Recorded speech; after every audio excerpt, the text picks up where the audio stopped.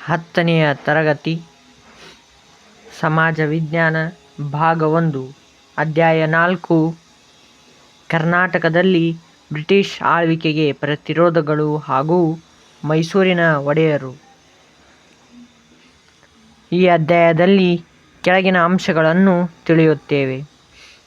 ಮೈಸೂರಿನ ಒಡೆಯರ್, ಆಂಗ್ಲೋ ಮೈಸೂರು ಯುದ್ಧಗಳು, ಹೈದರಾಲಿ ಮತ್ತು ಟಿಪ್ಪು ಸುಲ್ತಾನ್, ಪ್ರಮುಖ ಒಡೆಯರ್ಗಳು, ಧೂಂಡಿಯಾವಾಗ್, ಕಿತ್ತೂರಿನ ಬಂಡಾಯ, ರಾಣಿ ಚೆನ್ನಮ್ಮ ಮತ್ತು ಸಂಗೊಳ್ಳಿ ರಾಯಣ್ಣ, ಅಮರಸುಳ್ಳ ಬಂಡಾಯ, ಸುರಪುರ ಬಂಡಾಯ, ಹಲಗಲಿ ಬೇಡರ ದಂಗೆ.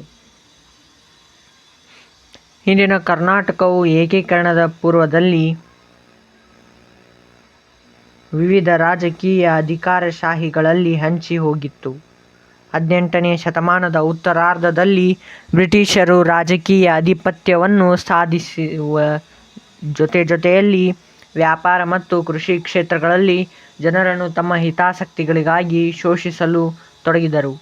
ಈ ಶೋಷಣೆಗಳು ಕರ್ನಾಟಕವೂ ಸೇರಿದಂತೆ ವಿವಿಧ ಭಾಗಗಳಲ್ಲಿ ಅಸ್ಥಿರತೆಯನ್ನು ಸೃಷ್ಟಿಸಿದವು. ದೇಶಿ ರಾಜರು ರಾಜಕೀಯ ಅಸ್ಥಿರತೆಯನ್ನು ಅನುಭವಿಸತೊಡಗಿದರು. ಇದರಿಂದ ಕರ್ನಾಟಕದ ಬಹುತೇಕ ಭಾಗಗಳು ಬ್ರಿಟಿಷರ ವಿರುದ್ಧ ಬಂಡೇಳಲು ಆರಂಭಿಸಿದವು. ಹೀಗಾಗಿ ಆರಂಭದಲ್ಲಿ ಜಮೀನ್ದಾರರು, ಸಂಸ್ಥಾನದ ರಾಜರು ಮುಂತಾದವರು ತಮ್ಮಲ್ಲಿಯ ಯಾವುದೇ ಐಕ್ಯತೆಯನ್ನು ಸಾಧಿಸಲು ಪ್ರಯತ್ನಿಸದೆ ಒಬ್ಬೊಬ್ಬರಾಗಿಯೇ ವಿಘಟಿತ ರೂಪದಲ್ಲಿ ಬ್ರಿಟಿಷರ ವಿರುದ್ಧ ಬಂಡೇಳುವ ಪ್ರಯತ್ನ ಮಾಡಿದರು. ಮೈಸೂರಿನ ಒಡೆಯರು. ವಿಜಯನಗರ ಸಾಮ್ರಾಜ್ಯದ ಪತನಾನಂತರ ತಲೆ ಎತ್ತಿ ಅದರ ಸಂಪ್ರದಾಯಗಳನ್ನು ಮುಂದುವರಿಸಿ ಕಳೆದುಹೋದ ಕರ್ನಾಟಕದ ಘನತೆಯನ್ನು ಸ್ಥಾಪಿಸಿದ ರಾಜ್ಯವೇ ಮೈಸೂರು. ಮೈಸೂರು ನಗರದ ಬಳಿಯ ಹದಿನಾಡು ಎಂಬ ಪಾಳೆಯ ಪಟ್ಟಿನಲ್ಲಿ ಶ್ರೀರಂಗಪಟ್ಟಣದ ಮಾಂಡಲಿಕನಿಗೆ ಅಧೀನನಾಗಿ ಚಾಮರಾಜ ಎಂಬುವನು ಆಳುತ್ತಿದ್ದನು. ಗಂಡು ಮಕ್ಕಳಿಲ್ಲದ ಇವನ ಕಾಲಾನಂತರ ಅವನ ದಳವಾಯಿ ಕಾರುಗಳ್ಳಿಯ ಮಾರನಾಯಕನು ರಾಜ್ಯಾಡಳಿತ ಮಾಡುತ್ತಿದ್ದು, ರಾಜಕುಮಾರಿಯನ್ನು ತನಗೆ ವಿವಾಹ ಮಾಡಿಕೊಡಬೇಕೆಂದು ಒತ್ತಾಯ ಮಾಡಿದನು. ಆದರೆ ಇದಕ್ಕೆ ಯಾರೂ ಒಪ್ಪಿಗೆ ನೀಡಲಿಲ್ಲ. ಇದೇ ವೇಳೆಗೆ ಗುಜರಾತಿನ ದ್ವಾರಕೆಯಿಂದ ಯದುರಾಯನು ತನ್ನ ತಮ್ಮ ಕೃಷ್ಣರಾಯನೊಂದಿಗೆ ಮೈಸೂರಿಗೆ ಬಂದನು. ತಾನಾಗಿಯೇ ಮುಂದೆ ಬಂದು ರಾಣಿಗೆ ಸಹಾಯ ಮಾಡಲು ಒಪ್ಪಿ ಮಾರನಾಯಕನನ್ನು ಕೊಂದನು. ಇದರಿಂದ ಸಂತೋಷಗೊಂಡ ರಾಣಿಯು ತನ್ನ ಮಗಳನ್ನು ಯದುರಾಯರಿಗೆ ವಿವಾಹ ಮಾಡಿಕೊಟ್ಟು ರಾಜ್ಯವನ್ನು ನೀಡಿದಾಗ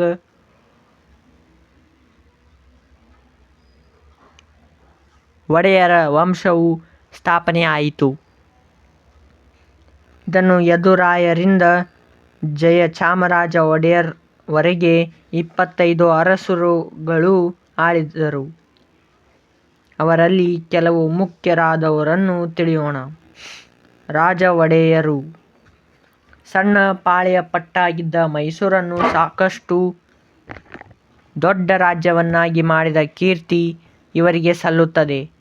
ಶ್ರೀರಂಗಪಟ್ಟಣವನ್ನು ವಿಜಯನಗರ ರಾಜ ಪ್ರತಿನಿಧಿಯಿಂದ ವಶಪಡಿಸಿಕೊಂಡು ರಾಜಧಾನಿಯನ್ನಾಗಿ ಮಾಡಿದರು. ಸುತ್ತಮುತ್ತಲಿನ ಅನೇಕ ಪ್ರದೇಶಗಳನ್ನು ವಶಪಡಿಸಿಕೊಂಡು ತನ್ನ ರಾಜ್ಯ ವಿಸ್ತರಿಸಿದರು. ಶ್ರೀರಂಗಪಟ್ಟಣ, ಮೈಸೂರು ಮೇಲುಕೋಟೆಗಳ ದೇವಾಲಯಗಳ ಜೀರ್ಣೋದ್ಧಾರಕ್ಕೆ ಸೂಕ್ತವಾದ ಏರ್ಪಾಡು ಮಾಡಿದರು. ರಾಜಮುಡಿ ಎಂಬ ಕಿರೀಟವನ್ನು ಮೇಲುಕೋಟೆ ಚಲುವನಾರಾಯಣ ಸ್ವಾಮಿಗೆ ಅರ್ಪಿಸಿದರು. ಮೈಸೂರಿನಲ್ಲಿ ನವರಾತ್ರಿ ಉತ್ಸವ ಆರಂಭಿಸಿದರು.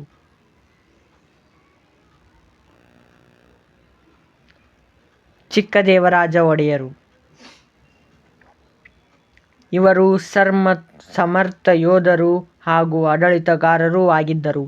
ಶಿವಾಜಿಯ ಸೇನೆಯನ್ನು ಮಧುರೆ, ಇಕ್ಕೇರಿ ಮತ್ತು ಬಿಜಾಪುರಗಳಲ್ಲಿ ಹಿಮ್ಮೆಟ್ಟಿಸಿದರು.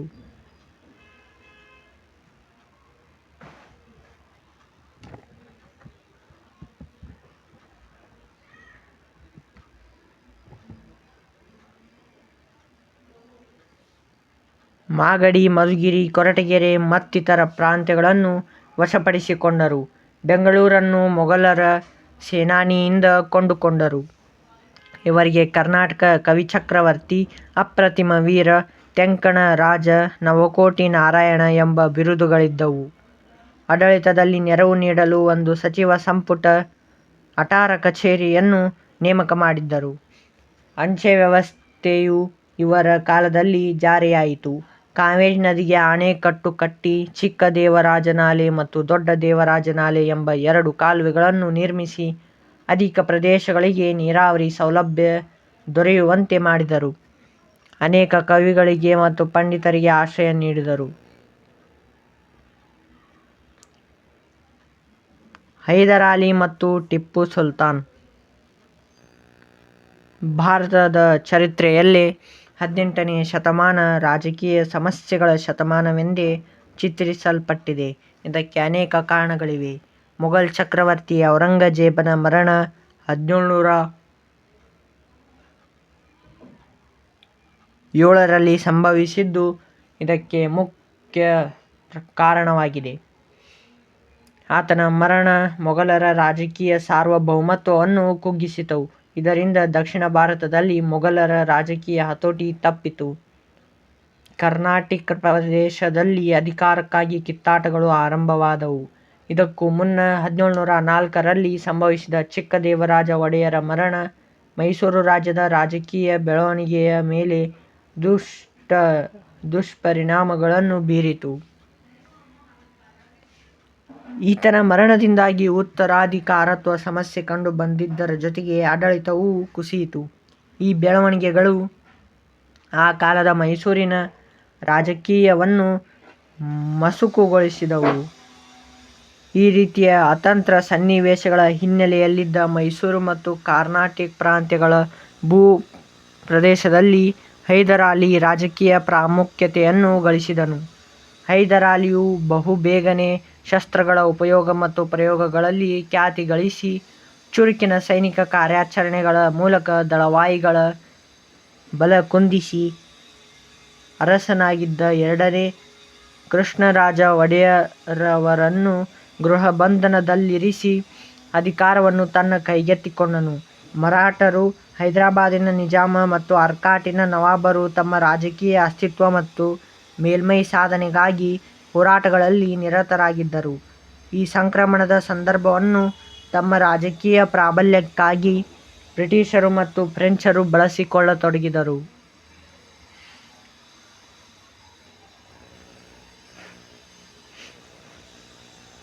ಆಂಗ್ಲೋ-ಮೈಸೂರು ಯುದ್ಧಗಳು.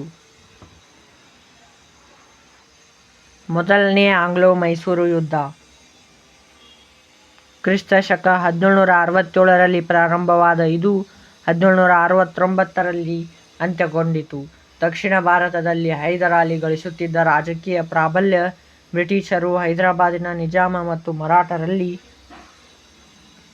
ರಾಜಕೀಯ ಅಸಹನೆ ಮೂಡಿಸಿತು.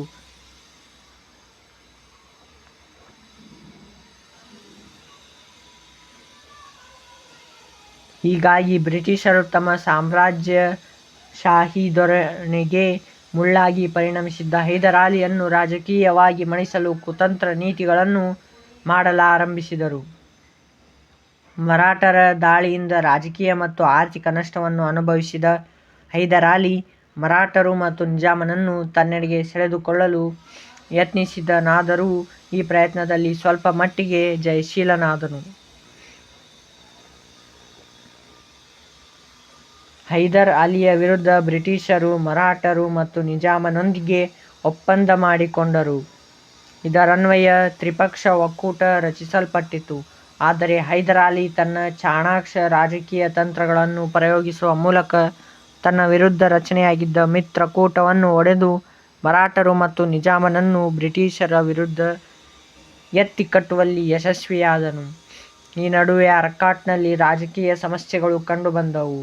1767ರಲ್ಲಿ ಹೈದರಾಲಿ ಮತ್ತು ನಿಜಾಮ ಬ್ರಿಟಿಷರ ಆಶ್ರಿತ ದೇಶೀಯ ರಾಜ್ಯವಾಗಿದ್ದ ಆರ್ಕಾಟಿಗೆ ಮುತ್ತಿಗೆ ಹಾಕಿದರು. ಇದರಿಂದಾಗಿ ಯುದ್ಧ ಪ್ರಾರಂಭವಾಯಿತು. ತಿರುಚನಾಪಳ್ಳಿ, ತಿರುವಣ್ಣಾಮಲೈ, ಅಂಬೂರು ಮೊದಲಾದ ಸ್ಥಳಗಳಲ್ಲಿ ಕದನಗಳು ಸಂಭವಿಸಿದವು.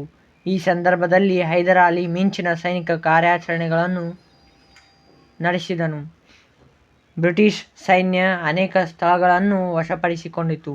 ಹೈದರ್ ತಾತ್ಕಾಲಿಕ ಹಿನ್ನಡೆ ಅನುಭವಿಸಿದನು. ಮುಂಬಯಿಯ ಬ್ರಿಟಿಷ್ ಸೈನ್ಯ ರಂಗವನ್ನು ಪ್ರವೇಶಿಸಿತು. ಹೈದರ್ ಈ ಯುದ್ಧವನ್ನು ತನ್ನ ಪ್ರತಿಷ್ಠೆಯ ಸಂಕೇತವೆಂದು ಭಾವಿಸಿ ಕಾರ್ಯಾಚರಣೆಯನ್ನು ಮುಂದುವರಿಸಿದನು. 1769ರ ವೇಳೆಗೆ ಆತನ ಸೈನ್ಯ ಮದರಾಸಿನ ಪ್ರಾಂತ್ಯವನ್ನು ತಲುಪಿದ್ದು ಬ್ರಿಟಿಷರಲ್ಲಿ ನಡುಕವನ್ನು ಹುಟ್ಟಿಸಿತು. ಅನಿವಾರ್ಯವಾಗಿ ಬ್ರಿಟಿಷರು ಹೈದರಾಲಿಯೊಂದಿಗೆ ಚರ್ಚೆ ಮತ್ತು ಸಂಧಾನಗಳ ಮೂಲಕ ಮದ್ರಾಸ್ ಒಪ್ಪಂದ ಮಾಡಿಕೊಂಡರು. ಮೊದಲನೆಯ ಆಂಗ್ಲೋ-ಮೈಸೂರು ಯುದ್ಧ 1769ರಲ್ಲಿ ಸಹಿ ಹಾಕಲ್ಪಟ್ಟ ಮದ್ರಾಸ್ ಒಪ್ಪಂದದೊಂದಿಗೆ ಕೊನೆಯಾಯಿತು.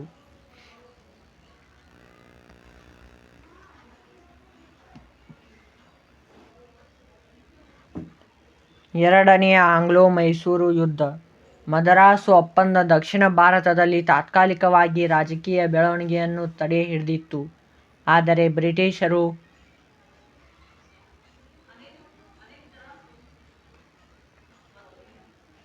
ಮದ್ರಾಸ್ ಒಪ್ಪಂದದ ಷರತ್ತುಗಳನ್ನು ಉಲ್ಲಂಘಿಸಲು ಯತ್ನಿಸಿದರು.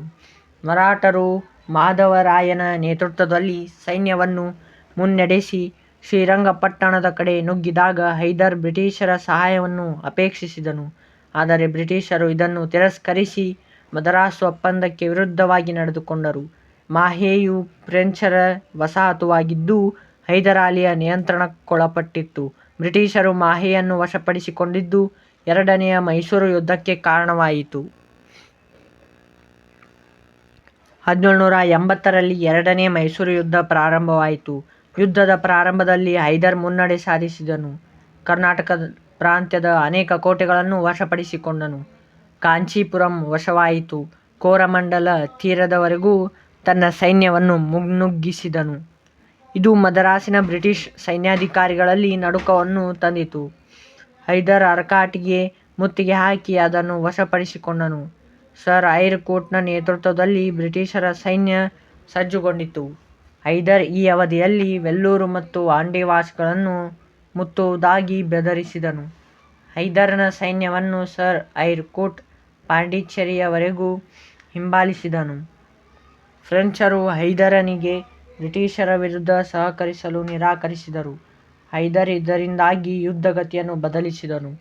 ಹೈದರ್ ಬ್ರಿಟಿಷರ ಹತೋಟಿಯಲ್ಲಿನ ಪ್ರದೇಶಗಳಿಗೆ ಮುತ್ತಿಗೆ ಹಾಕಿ ಕೊಳ್ಳೆ ಹೊಡೆದು ಅಪಾರ ಸಂಪತ್ತು ಮತ್ತು ಶಸ್ತ್ರಾಸ್ತ್ರಗಳನ್ನು ಸಂಗ್ರಹಿಸಿದನು. 1781ರಲ್ಲಿ ಪೋರ್ಟೊನೋವೆ ಎಂಬಲ್ಲಿ ನಡೆದ ಕದನದಲ್ಲಿ ಹೈದರ್ ಪರಾಭವಗೊಂಡನು. ಇದು ಯುದ್ಧದ ಗತಿಯನ್ನು ಬದಲಾಯಿಸಿತು ಮತ್ತು ಬ್ರಿಟಿಷರಲ್ಲಿ ಸ್ಥೈರ್ಯವನ್ನು ಹೆಚ್ಚಿಸಿತು. ತರುವಾಯ ಪುಲಿಕಾಟ್ ಮತ್ತು ಸೋಲಿಂಗೂರ್ಗಳ ಕದನದಲ್ಲಿಯೂ ಆರ್ಥಿಕ ಹಾನಿ ಅನುಭವಿಸಿದನು. ಈ ವೇಳೆಗೆ ಬ್ರಿಟಿಷರು ಸಾಲ್ಬಾಯ್ ಒಪ್ಪಂದಕ್ಕೆ ಸಹಿ ಹಾಕುವ ಮೂಲಕ ಹೈದರ್ನ ಒಕ್ಕೂಟದಿಂದ ಮರಾಠರು ಹಾಗೂ ನಿಜಾಮನನ್ನು ಸೆಳೆಯುವಲ್ಲಿ ಸಫಲರಾದರು. ಯುದ್ಧದ ಮಧ್ಯದಲ್ಲಿ ಹೈದರಾಲಿ 1782ರಲ್ಲಿ ಅನಾರೋಗ್ಯದಿಂದ ಮೃತನಾದನು. ಆತನ ಮಗ ಟಿಪ್ಪು ಯುದ್ಧವನ್ನು ಮುನ್ನಡೆಸಿದನು. ಹೈದರನ ಮರಣ ಸಂದರ್ಭದಲ್ಲಿ ಮಲಬಾರ್ ಪ್ರಾಂತ್ಯದಲ್ಲಿ ನಡೆದ ಯುದ್ಧದಲ್ಲಿ ಟಿಪ್ಪು ತೊಡಗಿದ್ದನು. ಟಿಪ್ಪುವಿನ ಅನುಪಸ್ಥಿತಿಯ ಲಾಭ ಪಡೆದ ಬ್ರಿಟಿಷರು ಬಿದನೂರು ಮತ್ತು ಮಂಗಳೂರನ್ನು ವಶಪಡಿಸಿಕೊಳ್ಳಲು ಹವಣಿಸಿದರು. ತಿರುವಾಂಕೂರು, ಕಲ್ಲಿಕೋಟೆ ಮತ್ತು ಮಲಬಾರಿನ ಅನೇಕ ರಾಜರುಗಳನ್ನು ಟಿಪ್ಪುವಿನ ವಿರುದ್ಧ ಎತ್ತಿಕಟ್ಟುವ ಪ್ರಯತ್ನಗಳನ್ನು ಅವರು ನಡೆಸಿದರು.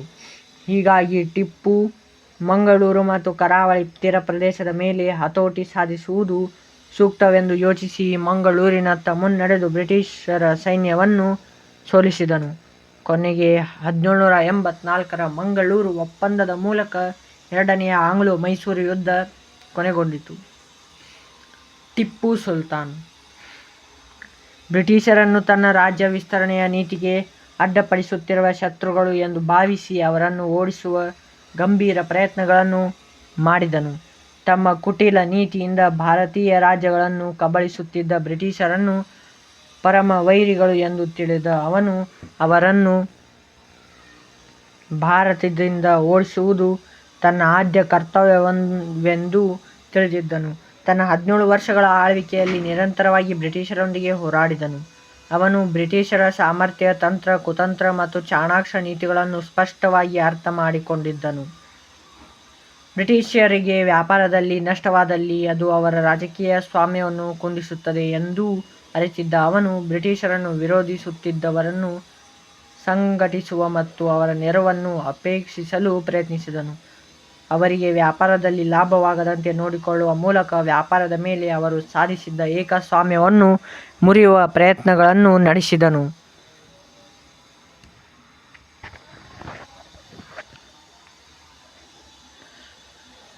ಇವು ಬ್ರಿಟಿಷರಲ್ಲಿ ಟಿಪ್ಪುವಿನ ವಿರುದ್ಧ ಮತ್ತಷ್ಟು ದ್ವೇಷ ಭಾವನೆಗಳನ್ನು ಮೂಡಿಸಿದವು.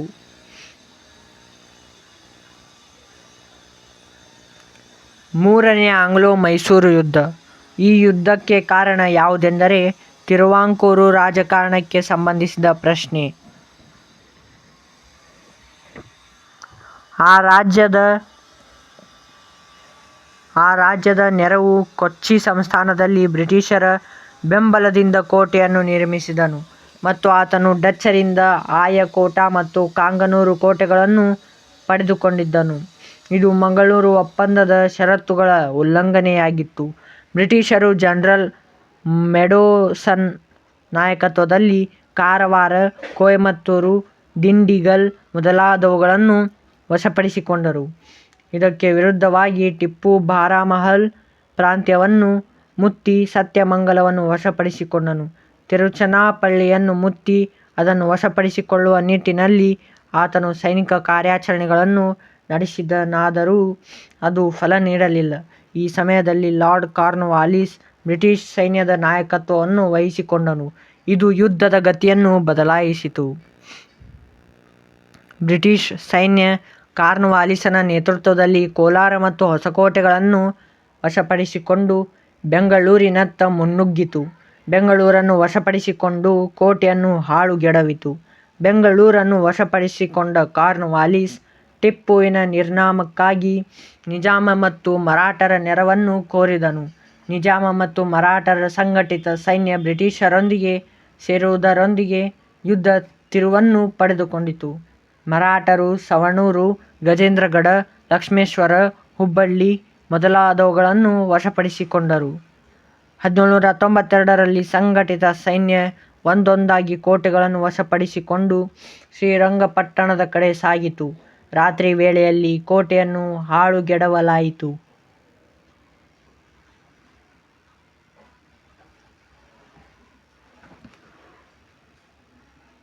ಇದರಿಂದ ವಿಚಲಿತಗೊಂಡ ಟಿಪ್ಪು ಬ್ರಿಟಿಷರೊಂದಿಗೆ ಒಪ್ಪಂದವನ್ನು ಮಾಡಿಕೊಳ್ಳಲು ನಿರ್ಧರಿಸಿದನು. ಇದು ಆತನಿಗೆ ಅನಿವಾರ್ಯವೂ ಆಗಿತ್ತು.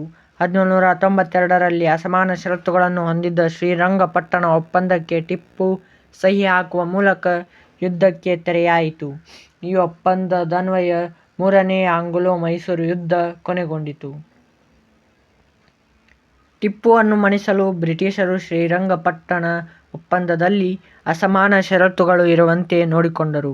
ಆ ಷರತ್ತುಗಳು ಯಾವುವೆಂದರೆ ಟಿಪ್ಪು ತನ್ನ ಅರ್ಧ ರಾಜ್ಯವನ್ನು ಬಿಟ್ಟುಕೊಡುವುದು, 3 ಕೋಟಿ ರೂಪಾಯಿಗಳನ್ನು ಯುದ್ಧ ನಷ್ಟ ಭರ್ತಿಯಾಗಿ ಕೊಡುವುದು, ಯುದ್ಧ ನಷ್ಟ ಭರ್ತಿಗೆ ಗ್ಯಾರಂಟಿಯಾಗಿ ತನ್ನ 2 ಗಂಡು ಮಕ್ಕಳನ್ನು ಒತ್ತೆಯಾಗಿ ನೀಡುವುದು ಮತ್ತು ಯುದ್ಧದ ಸಂದರ್ಭದಲ್ಲಿ ಸೆರೆಹಿಡಿಯಲಾಗಿದ್ದ ಸೈನಿಕರನ್ನು ಬಿಡುಗಡೆಗೊಳಿಸುವುದು. ಇದರನ್ವಯ ಶ್ರೀರಂಗಪಟ್ಟಣದಿಂದ ಬ್ರಿಟಿಷರ ನೇತೃತ್ವದಲ್ಲಿನ ಸಂಘಟಿತ ಸೈನ್ಯ ಹಿಂತೆಗೆಯಿತು. 4ನೆಯ ಆಂಗ್ಲೋ-ಮೈಸೂರು ಯುದ್ಧ.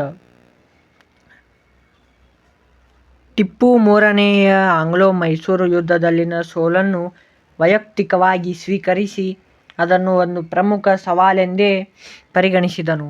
ಒಪ್ಪಂದದನ್ವಯ ಬ್ರಿಟಿಷರ ನೇತೃತ್ವದಲ್ಲಿನ ಮಿತ್ರಕೂಟಕ್ಕೆ ನೀಡಬೇಕಾದ ಭೂಪ್ರದೇಶಗಳನ್ನು ಮತ್ತು ಹಣವನ್ನು ಚಾಚೂ ತಪ್ಪದೆ ಸಲ್ಲಿಸಿ ಒತ್ತೆಯಾಳಾಗಿ ಕಳುಹಿಸಿಕೊಟ್ಟಿದ್ದ ತನ್ನ 2 ಮಕ್ಕಳನ್ನು ಹಿಂದಕ್ಕೆ ಕರೆಯಿಸಿಕೊಂಡನು. ಟಿಪ್ಪು ಬ್ರಿಟಿಷರ ಅಧೀನದಲ್ಲಿದ್ದ ಮಲಯಾಳಂ ಮಾತನಾಡುವ ಭೂಪ್ರದೇಶಗಳು ನ್ಯಾಯಯುತವಾಗಿ ತನಗೇ ಸೇರಬೇಕೆಂದು ವಾದಿಸಿದನು. ಆದರೆ ಬ್ರಿಟಿಷರು ಅದನ್ನು ಪುಷ್ಟೀಕರಿಸಲಿಲ್ಲ.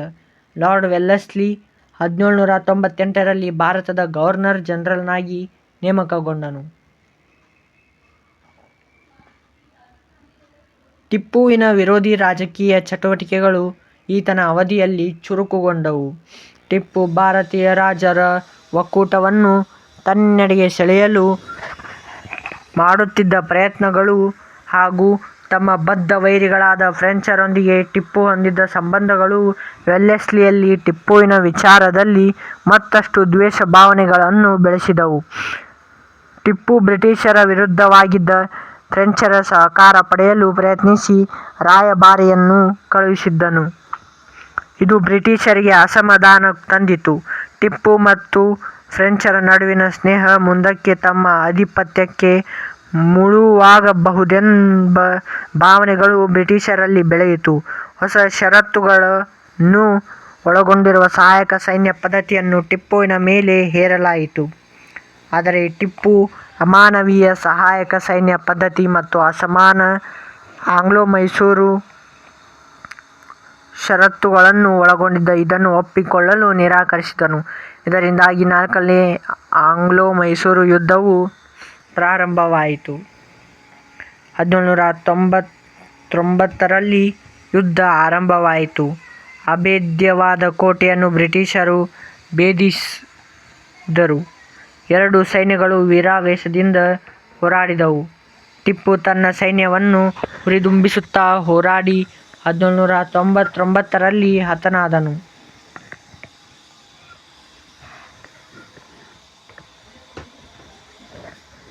ಆತನ ಮರಣಾನಂತರ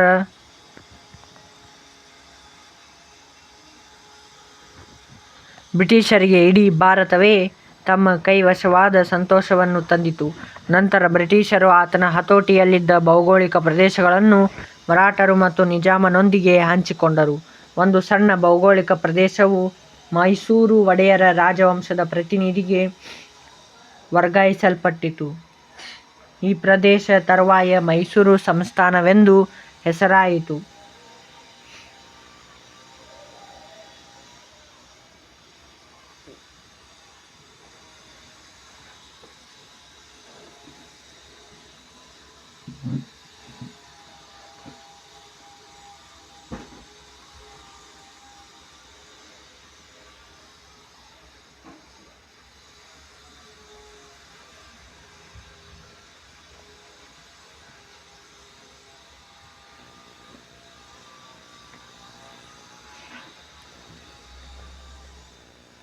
ಹತ್ತನೆಯ ಚಾಮರಾಜೇಂದ್ರ ಒಡೆಯರು.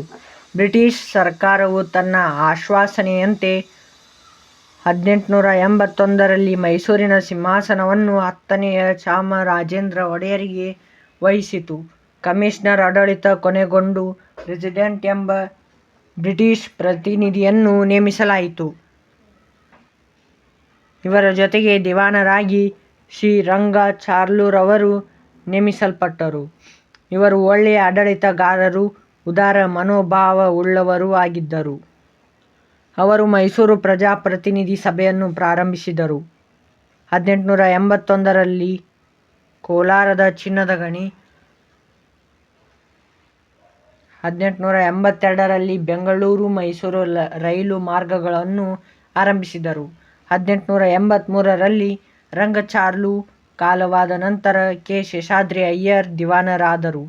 ರಾಜ್ಯದ ವಿವಿಧ ಅಧಿಕಾರ ಸ್ಥಾನಗಳಲ್ಲಿ ಕೆಲಸ ಮಾಡಿದ ಇವರಿಗೆ ದೇಶದ ಸಮಸ್ತ ಸಮಸ್ಯೆಗಳ ಅರಿವು ಇದ್ದಿತು. ಅವರು ದೇಶದ ಹಣಕಾಸಿನ ಸ್ಥಿತಿಯನ್ನು ಉತ್ತಮಗೊಳಿಸಿದರು.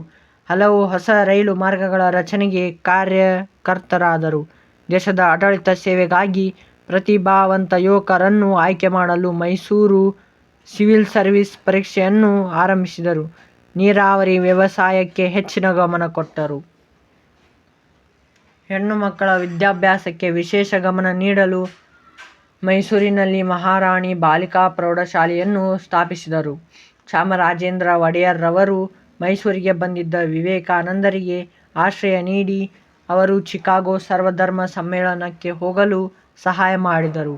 ಇವರು ಸಂಸ್ಕೃತ ಮತ್ತು ಕನ್ನಡ ಪ್ರೇಮಿಗಳಾಗಿದ್ದು ಅನೇಕ ವಿದ್ವಾಂಸರುಗಳಿಗೆ ಆಶ್ರಯ ನೀಡಿದ್ದರು. ಅವರಲ್ಲಿ ಪ್ರಮುಖವಾದವರು ಬಸಪ್ಪಶಾಸ್ತ್ರಿಗಳು. ಅವರು ಅನೇಕ ಕೃತಿಗಳನ್ನು ರಚಿಸಿ ಅಭಿನವ ಕಾಳಿದಾಸ ಎನಿಸಿಕೊಂಡರು ಹಾಗೂ ಮೈಸೂರು ರಾಜಗೀತೆ ಇವರೇ ರಚಿಸಿದರು. ಕಾಯೋ ಶ್ರೀ ಗೌರಿ ಎಂಬ ಮೈಸೂರು ರಾಜಗೀತೆ. ನಾಲ್ವಡಿ ಕೃಷ್ಣರಾಜ ಒಡೆಯರು. ಅವರು ಪ್ರಾಪ್ತ ವಯಸ್ಕರಾಗುವವರೆಗೆ ಅವರ ತಾಯಿ ಮಹಾರಾಣಿ ವಾಣಿ ವಿಲಾಸ ಸನ್ನಿಧಾನ ಕೆಂಪು ನಂಜಮ್ಮಣಿಯವರು ರಾಜಪ್ರತಿನಿಧಿಯಾಗಿ ಆಡಳಿತ ನಡೆಸಿದರು. ಅವರಿಗೆ ಆಡಳಿತದಲ್ಲಿ ದಿವಾನರು ಮತ್ತು ಅವರ ಸಲಹಾ ಸಮಿತಿ ಸದಸ್ಯರು ನೆರವು ನೀಡಿದರು. ಇದರಿಂದ ಅಭಿವೃದ್ಧಿ ಕಾರ್ಯವು ಹೆಚ್ಚಿತು. ಚಿನ್ನದ ಗಣಿ ಸುಧಾರಣೆ, ಕಾಲೇಜು ಸ್ಥಾಪನೆ, ಮಾರಿಕಣಿವೆ ಜಲಾಶಯ ನಿರ್ಮಾಣ, ರೈಲು ಮಾರ್ಗ, ಆಸ್ಪತ್ರೆ ಸ್ಥಾಪನೆ ಹಾಗೂ ಕಾವೇರಿ ಜಲಪಾತವನ್ನು ಉಪಯೋಗಿಸಿಕೊಂಡು ಶಿವನ ಸಮುದ್ರದಲ್ಲಿ ಜಲವಿದ್ಯುತ್ ಕೇಂದ್ರವನ್ನು ಸ್ಥಾಪಿಸುವ ಕಾರ್ಯಗಳು ಆರಂಭವಾದವು. ಈ ವಿದ್ಯುತ್ ಕೇಂದ್ರದಿಂದ ಕೋಲಾರದ ಚಿನ್ನದ ಗಣಿಗೂ ನಂತರ ಬೆಂಗಳೂರಿಗೂ ವಿದ್ಯುತ್ ಸರಬರಾಜು ಮಾಡಲು ಅನುಕೂಲವಾಯಿತು. ಭಾರತದಲ್ಲಿ ವಿದ್ಯುತ್ ಪಡೆದ ನಗರಗಳಲ್ಲಿ ಬೆಂಗಳೂರೇ ಮೊದಲನೆಯದು. 1902ರಲ್ಲಿ ಕೃಷ್ಣರಾಜರು ಅಧಿಕಾರ ವಹಿಸಿಕೊಂಡರು. ಇವರು P. N. Krishnamurthy, V. P. ಮಾಧವರಾಯರು, ಸರ್ ಎಂ. ವಿಶ್ವೇಶ್ವರಯ್ಯನವರು, Kantharaja Urs, sir Albion Banerjee, sir Mirza Ismail ಮತ್ತು ಮುಂತಾದ ಪ್ರಖ್ಯಾತ ದಿವಾನರುಗಳ ಸೇವೆಯನ್ನು ಪಡೆದ ಅದೃಷ್ಟಶಾಲಿಗಳು.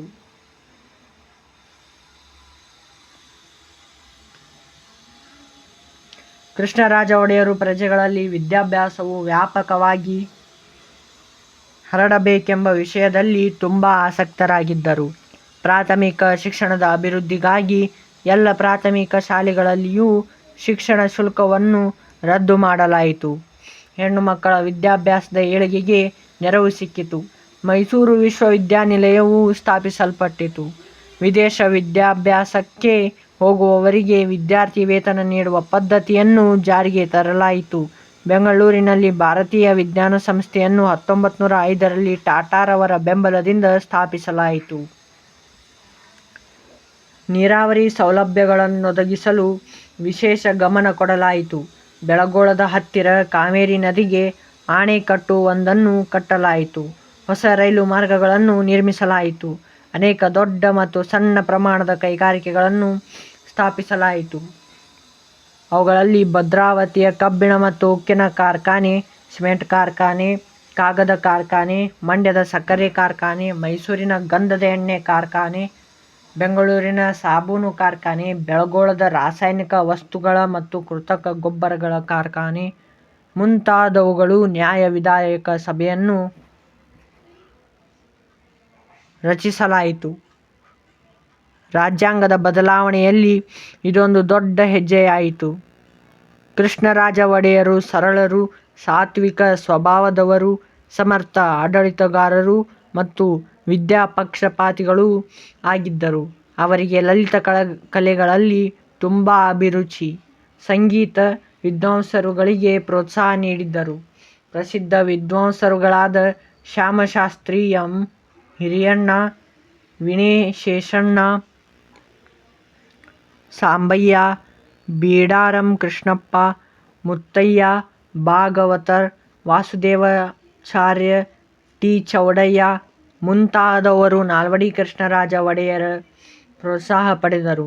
ಅವರ ಆಡಳಿತದಿಂದಾಗಿ ಮೈಸೂರು ಮಾದರಿ ರಾಜ್ಯ ಎಂಬ ಹೆಸರನ್ನು ಪಡೆದಿತ್ತು. ಮಹಾತ್ಮ ಗಾಂಧೀಜಿಯವರು ಇವರನ್ನು ರಾಜಶ್ರೀ ಎಂದು ಕರೆದಿದ್ದಾರೆ. ಜಯಚಾಮರಾಜ ಒಡೆಯರು.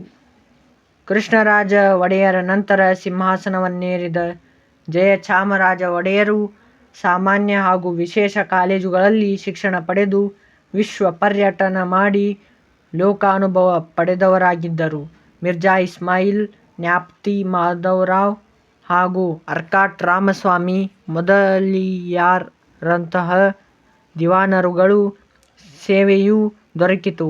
ಜಯಚಾಮರಾಜರು ವಿದ್ವಾಂಸರು, ಸಂಗೀತ ತಜ್ಞರು, ವಾಗ್ಮಿ, ಸಾಹಿತ್ಯ ಕಲೆಗಳ ಪೋಷಕರಾಗಿದ್ದರು. ಅನೇಕ ಗ್ರಂಥಗಳನ್ನು ರಚಿಸಿದ್ದರು. ಅಲ್ಲದೆ ಭಕ್ತಿ ಗೀತೆಗಳನ್ನು ರಚಿಸಿದ್ದಾರೆ. ಭಾರತ ಸ್ವಾತಂತ್ರ್ಯಾನಂತರ ಮೈಸೂರು ರಾಜ್ಯದ ರಾಜ ಪ್ರಮುಖರಾಗಿದ್ದರು.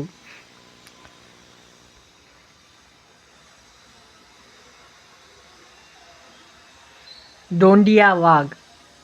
ಆಧುನಿಕ ಕರ್ನಾಟಕದ ಚರಿತ್ರೆಯಲ್ಲಿ ಟಿಪ್ಪುವಿನ ನಂತರ, ಅದರಲ್ಲಿಯೂ ಮುಖ್ಯವಾಗಿ 19ನೇ ಶತಮಾನದ ಪೂರ್ವಾರ್ಧದಲ್ಲಿ ಬ್ರಿಟಿಷ್ ಆಳ್ವಿಕೆಯ ವಿರುದ್ಧ ಕಂಡುಬಂದ ಪ್ರತಿಭಟನೆಗಳು ಮತ್ತು ಬಂಡಾಯಗಳು ಪ್ರಮುಖ ಸ್ಥಾನವನ್ನು ಪಡೆದುಕೊಂಡಿವೆ. ಇವುಗಳು ಸಶಸ್ತ್ರ ಬಂಡಾಯಗಳಾಗಿದ್ದವು. ಈ ಸಶಸ್ತ್ರ ಬಂಡಾಯಗಳಲ್ಲಿ ದೋಂಡಿಯಾವಾಗ್ನ ನಾಯಕತ್ವದಲ್ಲಿ ಕಂಡುಬಂದಿದ್ದ ಸಶಸ್ತ್ರ ಹೋರಾಟ ಪ್ರಮುಖವಾಗಿದೆ. ದೋಂಡಿಯಾ ಚನ್ನಗಿರಿಯ ಮರಾಠ ಕುಟುಂಬದಲ್ಲಿ ಜನಿಸಿದನು. ಅವನ ಶೌರ್ಯ ಪರಾಕ್ರಮಗಳಿಂದ ಜನ ಅವನನ್ನು ವಾಘ್ ಎಂದು ಕರೆದರು. ಮರಾಠಿಯಲ್ಲಿ ವಾಘ್ ಎಂದರೆ ಹುಲಿ. ಕ್ರಿಸ್ತಶಕ 1779ರ ಸುಮಾರಿಗೆ ಮೈಸೂರಿನ ಹೈದರಾಲಿಯ ಸೈನ್ಯದಲ್ಲಿ ಒಬ್ಬ ಅಶ್ವಾರೋಹಿ ಸೈನಿಕರಾಗಿ ಸೇರಿ ಕಾಲಾನಂತರ ಸೇನಾ ನಾಯಕನಾದನು. ಖಾಸಗಿಯಾಗಿ ಒಂದು ಸೈನ್ಯವನ್ನು ಸಜ್ಜುಗೊಳಿಸಿದ ಅವನು ಟಿಪ್ಪುವಿನ ಸೈನ್ಯದಲ್ಲಿ ಸೇವೆ ಸಲ್ಲಿಸಿದನು. ಆತನೊಂದಿಗೆ ಮನಸ್ತಾಪದಿಂದಾಗಿ ಅವನು ಸೆರೆಮನೆ ಸೇರುವಂತಾಯಿತು. 4ನೇ ಆಂಗ್ಲೋ-ಮೈಸೂರು ಯುದ್ಧದ ಸಮಯದಲ್ಲಿ ಶ್ರೀರಂಗಪಟ್ಟಣದ ಪತನಾನಂತರ ಬ್ರಿಟಿಷರು ಈತನನ್ನು ಸೆರೆಮನೆಯಿಂದ ಬಿಡುಗಡೆಗೊಳಿಸಿದರು. ತರುವಾಯ ಇವನು ಒಂದು ಸೈನ್ಯವನ್ನು ಸಂಘಟಿಸಿ ಸೈನಿಕ ಕಾರ್ಯಾಚರಣೆಗಳನ್ನು ಪ್ರಾರಂಭಿಸಿದನು. ಆತನ ಸೈನ್ಯ ದೊಡ್ಡದಾಗಿರಲಿಲ್ಲ. ಅವನು ಟಿಪ್ಪುವಿನ ಸೈನ್ಯದಲ್ಲಿದ್ದ ಅತೃಪ್ತ ಸೈನಿಕರು, ಅಧಿಕಾರದಿಂದ ಮುಕ್ತಗೊಳಿಸಲ್ಪಟ್ಟ ಪಾಳೆಯಗಾರರು ಮೊದಲಾದವರನ್ನು ಸಂಘಟಿಸಿ ಒಂದು ಸೈನ್ಯವನ್ನು ಸುಸಜ್ಜಿತಗೊಳಿಸಿ ಬಂಡಾಯದ ಬಾವುಟವನ್ನು ಹಾರಿಸಿದನು. ಶಿವಮೊಗ್ಗ ಮತ್ತು ಬಿದನೂರಿನ ಕೋಟೆಗಳನ್ನು ವಶಪಡಿಸಿಕೊಂಡನು. ಚಿತ್ರದುರ್ಗದ ಕೋಟೆಯನ್ನು ವಶಪಡಿಸಿಕೊಳ್ಳಲು ವಿಫಲ ಪ್ರಯತ್ನಗಳನ್ನು ನಡೆಸಿದನು. ಗವರ್ನರ್ ಜನರಲ್ನಾಗಿದ್ದ ಲಾರ್ಡ್ ವೆಲ್ಲೆಸ್ಲಿ ಬಂಡಾಯವನ್ನು ಹತ್ತಿಕ್ಕಲು ಪ್ರಾರಂಭಿಸಿದನು. ದೋಂಡಿಯಾನ ನಿಯಂತ್ರಣದಲ್ಲಿದ್ದ ಶಿವಮೊಗ್ಗ, ಹೊನ್ನಾಳಿ, ಹರಿಹರ ಮೊದಲಾದವುಗಳ ಮೇಲೆ ಆಕ್ರಮಣ ನಡೆಸಿತು. ದೋಂಡಿಯಾ ತನ್ನ ನೆಲೆಯನ್ನು ಕಳೆದುಕೊಂಡನು. ಶಿಕಾರಿಪುರವನ್ನು ಬ್ರಿಟಿಷರು ವಶಪಡಿಸಿಕೊಂಡ ತರುವಾಯ ದೋಂಡಿಯಾ ನಿಜಾಮನ ಹತೋಟಿಯಲ್ಲಿದ್ದ ಗುತ್ತಿಯ ಕಡೆಗೆ ಪಲಾಯನಗೈದನು. ಆಗ ನಿಜಾಮನು ಗುತ್ತಿಯನ್ನು ಮುತ್ತಿದಾಗ ದೋಂಡಿಯಾ ಮರಾಠರ ಪ್ರದೇಶಕ್ಕೆ ಓಡಿಹೋದನು. ಮರಾಠ ಸೈನ್ಯ ಅವನನ್ನು ಸೋಲಿಸಿ ಅವನ ಶಸ್ತ್ರಾಸ್ತ್ರಗಳು, ಒಂಟೆ ಮತ್ತು ಆನೆಗಳನ್ನು ವಶಪಡಿಸಿಕೊಂಡರು. ಧೃತಿಗೆಡದ ದೋಂಡಿಯಾ ತನ್ನ ಹೋರಾಟವನ್ನು ಮುಂದುವರಿಸಿದನು. ಅನೇಕ ಅತೃಪ್ತ ಪಾಳೆಯಗಾರರು ದೋಂಡಿಯಾನಿಗೆ ಪ್ರೋತ್ಸಾಹಿಸಿದರು. ಮಲಬಾರಿನ ಮಾಹೆಯಲ್ಲಿದ್ದ ಫ್ರೆಂಚರು ಆತನಿಗೆ ಸಹಾಯ ಹಸ್ತವನ್ನು ನೀಡಿದರು. ಹರಿಹರ, ಚಿತ್ರದುರ್ಗ, ಶಿಕಾರಿಪುರ, ಸವಣೂರು, ರಾಣೇಬೆನ್ನೂರು, ಕಿತ್ತೂರು ಮತ್ತು ಲೋಂಡಾ ಹೀಗೆ ವಿಶಾಲ ಭೌಗೋಳಿಕ ಪ್ರದೇಶದಲ್ಲಿ ಬ್ರಿಟಿಷರ ಸೈನ್ಯ ಆತನನ್ನು ಹಿಂಬಾಲಿಸಿತು. ಸಿರಹಟ್ಟಿಯನ್ನು ತನ್ನ ಸುಪರ್ದಿಗೆ ತೆಗೆದುಕೊಂಡ ಬ್ರಿಟಿಷ್ ಸೈನ್ಯ ದೋಂಡಿಯಾನ ಸೈನ್ಯದ ಅನೇಕ ಸೈನಿಕರನ್ನು ಹತಮಾಡಿತು. ದೋಂಡಿಯಾವಾಗ್ನ ಅಂತ್ಯ. ಲಾರ್ಡ್ ವೆಲ್ಲೆಸ್ಲಿ ಆತನಿಗೆ ಅಂತ್ಯವನ್ನು ಹಾಡಲು ನಿರ್ಧರಿಸಿದನು. ದೇಶೀಯ ಸಂಸ್ಥಾನಗಳ ರಾಜರ ಸಹಾಯವನ್ನು ಬ್ರಿಟಿಷರು ಕೋರಿದರು. ಶಿಕಾರಿಪುರದ ಕೋಟೆಯನ್ನು ಪುನಃ ಗೆದ್ದುಕೊಂಡ ದೋಂಡಿಯಾನ ಸೈನ್ಯವನ್ನು ಬ್ರಿಟಿಷ್ ಸೈನ್ಯ ಚದುರಿಸಿತು. ತುಂಗಭದ್ರಾ ಮತ್ತು ಮಲಪ್ರಭಾ ನದಿಗಳ ನಡುವಿನ ಪ್ರದೇಶದ ವಿಶಾಲ ಭೂಪ್ರದೇಶದಲ್ಲಿ ನಿರ್ಭೀತಿಯಿಂದ ಸಂಚರಿಸುತ್ತಿದ್ದ ದೋಂಡಿಯಾನ ಸೈನ್ಯವನ್ನು ಸೋಲಿಸಲು ಬ್ರಿಟಿಷರು ಪ್ರಯತ್ನಿಸಿದರು. ಎಲ್ಲ ದಿಕ್ಕುಗಳಿಂದಲೂ ಆತನನ್ನು ಬ್ರಿಟಿಷ್ ಸೈನ್ಯ ಸುತ್ತುವರಿಯಿತು. ರಾಯಚೂರಿನಿಂದ ಹೊರಟ ಅವನನ್ನು ಹಿಂಬಾಲಿಸಿತು. ನಿಜಾಮ ಮತ್ತು ಮರಾಠ ಸೈನ್ಯದ ನಡುವೆ ಸಿಲುಕಿದ ದೋಂಡಿಯಾನ ನೇತೃತ್ವದಲ್ಲಿನ ಸೈನ್ಯದ ಮೇಲೆ ಬ್ರಿಟಿಷರು ಯಾರಲಪೆರವಿ ಎಂಬ ಸ್ಥಳದಲ್ಲಿ ಕಾರ್ಯಾಚರಣೆ ನಡೆಸಿ ಕುಸುಗಲ್ ಎಂಬ ಸ್ಥಳದಲ್ಲಿ ಆತನನ್ನು ಹತ್ಯೆಗೈದರು. ತಮ್ಮ ನಾಯಕನ ಹತ್ಯೆಯ ನಂತರ ಅಳಿದುಳಿದ ಸೈನಿಕರು ಚದುರಿದರು. ಬಂಡುಕೋರರಿಂದ ಅಪಾರ ಪ್ರಮಾಣದ ಮದ್ದುಗುಂಡುಗಳನ್ನು ಮತ್ತು ಶಸ್ತ್ರಾಸ್ತ್ರಗಳನ್ನು ಬ್ರಿಟಿಷರು ವಶಪಡಿಸಿಕೊಂಡರು. ಕಿತ್ತೂರಿನ ಬಂಡಾಯ. ವೀರರಾಣಿ ಚೆನ್ನಮ್ಮ.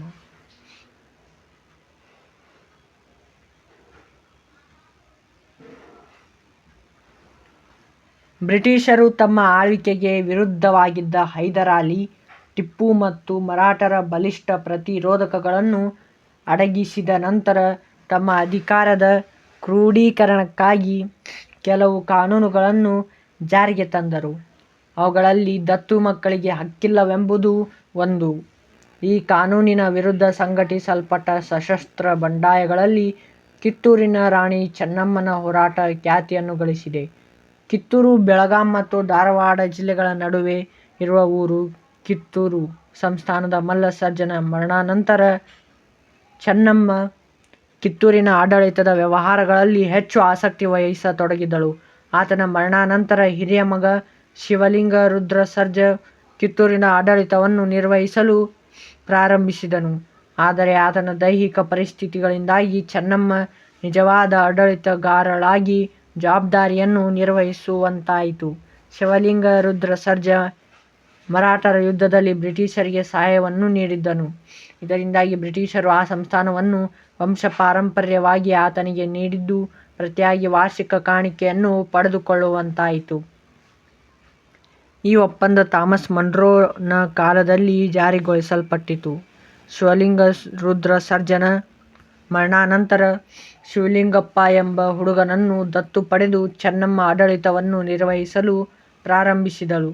ಥ್ಯಾಕರೆ ಆಗ ಧಾರವಾಡದ ಕಲೆಕ್ಟರ್ ಮತ್ತು ಪೊಲಿಟಿಕಲ್ ಏಜೆಂಟನಾಗಿದ್ದನು. ಅವನು ಬಾಂಬೆಯ ಗವರ್ನರ್ನಿಗೆ ದಸ್ತಕದ ಬಗ್ಗೆ ವರದಿಯನ್ನು ಸಲ್ಲಿಸಿ ದತ್ತು ಮಕ್ಕಳಿಗೆ ಹಕ್ಕು ನಿರಾಕರಿಸಿ ಕಿತ್ತೂರಿನ ಆಡಳಿತವನ್ನು ವಶಪಡಿಸಿಕೊಳ್ಳಲು ಯತ್ನಿಸಿದನು. ಕಿತ್ತೂರಿನ ಖಜಾನೆ, ಕೋಟೆ, ಕೊತ್ತಲಗಳ ಸುಪರ್ದಿಯನ್ನು ತನ್ನ ವಶಕ್ಕೆ ತೆಗೆದುಕೊಂಡನು. ಚೆನ್ನಮ್ಮ ಥ್ಯಾಕರೆಯ ಈ ಪ್ರಯತ್ನಗಳನ್ನು ವಿಫಲಗೊಳಿಸಲು ಯುದ್ಧವನ್ನು ಅನಿವಾರ್ಯವೆಂದು ಬಗೆದಳು. ಬ್ರಿಟಿಷರು ತಮ್ಮ ಸೈನ್ಯವನ್ನು ಸಿದ್ಧಮಾಡಲು ಆರಂಭಿಸಿದರು. ಕಿತ್ತೂರಿನ ಸೈನ್ಯ ಬ್ರಿಟಿಷ್ ಸೈನ್ಯದ ಮೇಲೆ ದಾಳಿ ಮಾಡಿತು. ಈ ದಾಳಿಯಲ್ಲಿ ಥ್ಯಾಕರೆ ಗುಂಡೇಟಿಗೆ ಬಲಿಯಾದ. ಅನೇಕ ಬ್ರಿಟಿಷ್ ಸೈನಿಕರನ್ನು ಸೆರೆಮನೆಗೆ ದೂಡಲಾಯಿತು. ಕಿತ್ತೂರನ್ನು ವಶಪಡಿಸಿಕೊಳ್ಳಲೇಬೇಕೆಂಬ ದೃಢ ನಿರ್ಧಾರದಿಂದ ಬ್ರಿಟಿಷರು ಮತ್ತಷ್ಟು ಸನ್ನದ್ಧರಾದರು. ಕರ್ನಲ್ ಡೀಕ್ನ ನೇತೃತ್ವದಲ್ಲಿ ಬ್ರಿಟಿಷ್ ಸೈನ್ಯ ಕಿತ್ತೂರಿಗೆ ಮುತ್ತಿಗೆ ಹಾಕಿತು. ಸೈನಿಕರು ವೀರಾವೇಶದಿಂದ ಹೋರಾಡಿದರು. ಬ್ರಿಟಿಷರ ಸೈನ್ಯದಿಂದ ತಪ್ಪಿಸಿಕೊಂಡ ಚೆನ್ನಮ್ಮನನ್ನು ಸೆರೆಹಿಡಿಯಲಾಯಿತು. ಕಿತ್ತೂರು ಬ್ರಿಟಿಷರ ವಶವಾಯಿತು. ಚೆನ್ನಮ್ಮ ಮತ್ತು ಮೊದಲಾದವರನ್ನು ಬೈಲಹೊಂಗಲ ಕೋಟೆಯ ಸೆರೆಮನೆಯಲ್ಲಿ ಇರಿಸಲಾಯಿತು. ಚೆನ್ನಮ್ಮ ಮರಣ ಹೊಂದಿದರೂ ಇಂದಿಗೂ ಕೂಡ ನಾಡಿಗೆ ಅವಳು ಆದರ್ಶಪ್ರಾಯಳಾಗಿದ್ದಾಳೆ.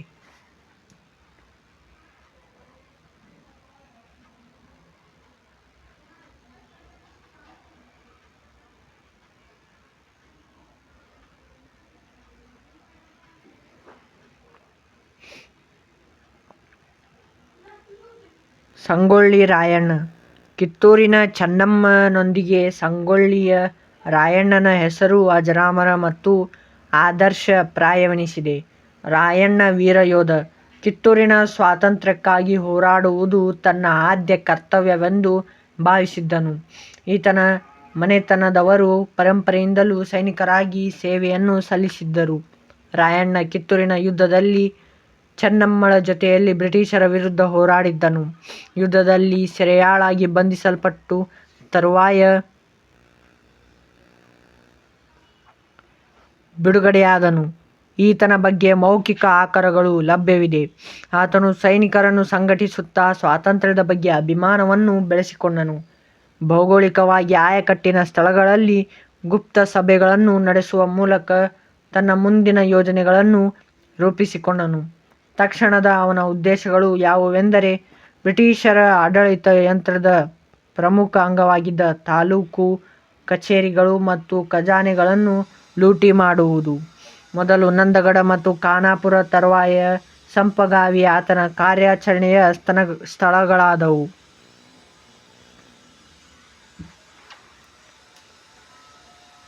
ಆತನ ಸೈನ್ಯ 500 ಅಷ್ಟಿತ್ತು. ಬ್ರಿಟಿಷರ ಸೈನ್ಯಕ್ಕೆ ಸಹಾಯವನ್ನು ನೀಡುತ್ತಿದ್ದ ಹಳ್ಳಿಗರು ಅವನ ಆಕ್ರೋಶಕ್ಕೆ ತುತ್ತಾದರು. ಬ್ರಿಟಿಷರು ರಾಯಣ್ಣನು ರಾಣಿ ಚೆನ್ನಮ್ಮನ ಕುಮ್ಮಕ್ಕಿನಿಂದ ಸೈನಿಕ ಕಾರ್ಯಾಚರಣೆಗಳನ್ನು ನಡೆಸುತ್ತಿದ್ದಾನೆ ಎಂದು ಭಾವಿಸಿದ್ದರು. ಹೀಗಾಗಿ ಚೆನ್ನಮ್ಮನನ್ನು ಬೈಲಹೊಂಗಲದಿಂದ ಕುಸುಗಲ್ಲಿನ ಸೆರೆಮನೆಗೆ ಸ್ಥಳಾಂತರಿಸಲಾಯಿತು.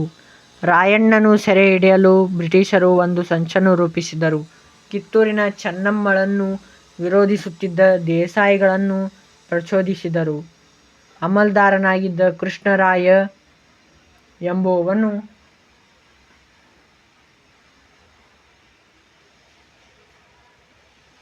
ಈ ಸಂಚಿಗೆ ಕೈಜೋಡಿಸಿದನು. ಸಂಚಿಗೆ ಬಲಿಯಾದ ರಾಯಣ್ಣನು ಇಂಗ್ಲಿಷ್ ಸೈನ್ಯ ಬಂಧಿಸಿ ಧಾರವಾಡಕ್ಕೆ ತಂದಿತು. ಆತನ ಬಂಧನಾನಂತರ ಆತನ ಸೈನಿಕರು ಶರಣಾಗತರಾದರು. ಮುಖ್ಯ ಅಪರಾಧಿ ಎಂದು ಘೋಷಿಸಿ 1831ರಲ್ಲಿ ನಂದಗಡದಲ್ಲಿ ಅವನನ್ನು ಗಲ್ಲಿಗೇರಿಸಲಾಯಿತು. ಆತನ ಅನೇಕ ಅನುಯಾಯಿಗಳನ್ನು ಜೀವಾವಧಿ ಶಿಕ್ಷೆಗೆ ಗುರಿಪಡಿಸಲಾಯಿತು. ಸಂಗೊಳ್ಳಿ ರಾಯಣ್ಣನ ಜೀವನ ಮತ್ತು ದೇಶಪ್ರೇಮವನ್ನು ಆ ಪ್ರದೇಶದ ಲಾವಣಿಗಳು ಇಂದಿಗೂ ಜೀವಂತವಾಗಿಸಿವೆ.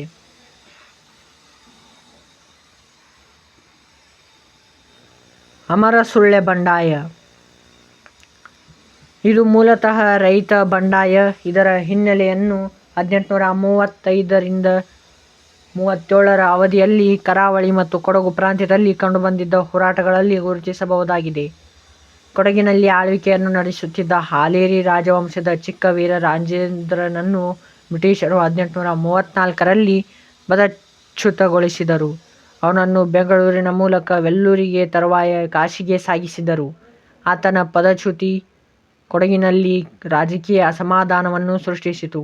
ಇದರ ವಿರುದ್ಧ ಸ್ವಾಮಿ ಅಪರಾಂಪರ, ಕಲ್ಯಾಣಸ್ವಾಮಿ ಮತ್ತು ಪುಟ್ಟಬಸಪ್ಪ ಸಶಸ್ತ್ರ ಬಂಡಾಯವನ್ನು ಸಂಘಟಿಸಿದರು. ಇವರು ಮೂವರು ತಾವು ಕೊಡಗಿನ ಪದಚ್ಯುತ ರಾಜನ ವಂಶದವರೆಂದು ಹೇಳಿಕೊಂಡರು. ಸ್ವಾಮಿ ಅಪರಾಂಪರ ಬಂಡಾಯದ ಮುಖಂಡನಾದನು.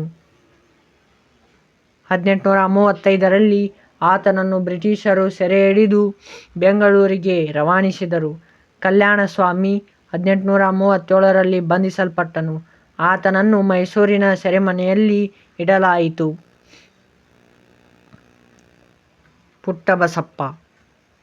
ಕೆಳಕೊಡಗಿನ ಜನರು ಕಲ್ಯಾಣಸ್ವಾಮಿಯ ನಿಧನಾನಂತರ ಬಂಡಾಯವನ್ನು ಮುಂದುವರಿಸಿದರು. ಕೆನರಾ ಪ್ರಾಂತ್ಯದ ಸುಳ್ಯ, ಬೆಳ್ಳಾರೆ ಮತ್ತು ಪುತ್ತೂರು ಮೊದಲಾದ ಸ್ಥಳಗಳು ಅಮರಸುಳ್ಳೆ ಬಂಡಾಯದ ಕೇಂದ್ರ ಸ್ಥಾನಗಳಾಗಿದ್ದವು. ಸುಳ್ಯದ ರೈತನೋರ್ವ ಕೊಡಗಿನ ಶನಿವಾರ ಸಂತೆಯ ಪುಟ್ಟಬಸಪ್ಪ ಎಂಬ ರೈತನನ್ನು ಕಲ್ಯಾಣಸ್ವಾಮಿಯನ್ನಾಗಿ ಆರಿಸಿದ್ದು, ಇವನು ತನ್ನನ್ನು ಸ್ವಾಮಿ ಅಪರಾಂಪರ ಎಂದು ಕರೆದುಕೊಂಡಿದ್ದ. ಸ್ವಾರಸ್ಯಕರ ಮಾತ್ರವಲ್ಲ, ಬಂಡಾಯದ ಚಲನಶೀಲತೆಯನ್ನು ಪುಷ್ಟೀಕರಿಸುತ್ತದೆ. ಇವನು ಬಂಡಾಯದ ನಾಯಕತ್ವವನ್ನು ವಹಿಸಿಕೊಂಡನು. ಘಟ್ಟ ಪ್ರದೇಶದಲ್ಲಿ ಈ ಬಂಡಾಯ ಪ್ರಾರಂಭವಾಯಿತು. ಪುಟ್ಟಬಸಪ್ಪ ಬಂಡುಕೋರರನ್ನು ಸಂಘಟಿಸಿ ಜನರನ್ನು ಸಂತೈಸಿದನು. ಬಂಡುಕೋರರ ಸರ್ಕಾರ ಸ್ಥಾಪನೆಯ ನಂತರ ತಂಬಾಕು ಮತ್ತು ಉಪ್ಪಿನ ಮೇಲೆ ಸುಂಕವನ್ನು ರದ್ದು ಮಾಡಲಾಗುವುದು ಎಂದು ಘೋಷಿಸಲಾಯಿತು. ಶ್ರೀಮಂತ ರೈತರು, ಪಾರುಪತ್ಯಗಾರರು, ಭೂ ಹಿಡುವಳಿದಾರರಿಗೆ ಆಶ್ವಾಸನೆಗಳನ್ನು ನೀಡಲಾಯಿತು. ಬೆಳ್ಳಾರೆಯಲ್ಲಿದ್ದ ಸರ್ಕಾರಿ ಕಚೇರಿಯನ್ನು ವಶಪಡಿಸಿಕೊಂಡು ಸರ್ಕಾರಿ ಅಧಿಕಾರಿಗಳನ್ನು ಬಂಧಿಸಿದ್ದು ಬಂಡಾಯದ ಪ್ರಥಮ ಹೆಜ್ಜೆಯಾಗಿದೆ.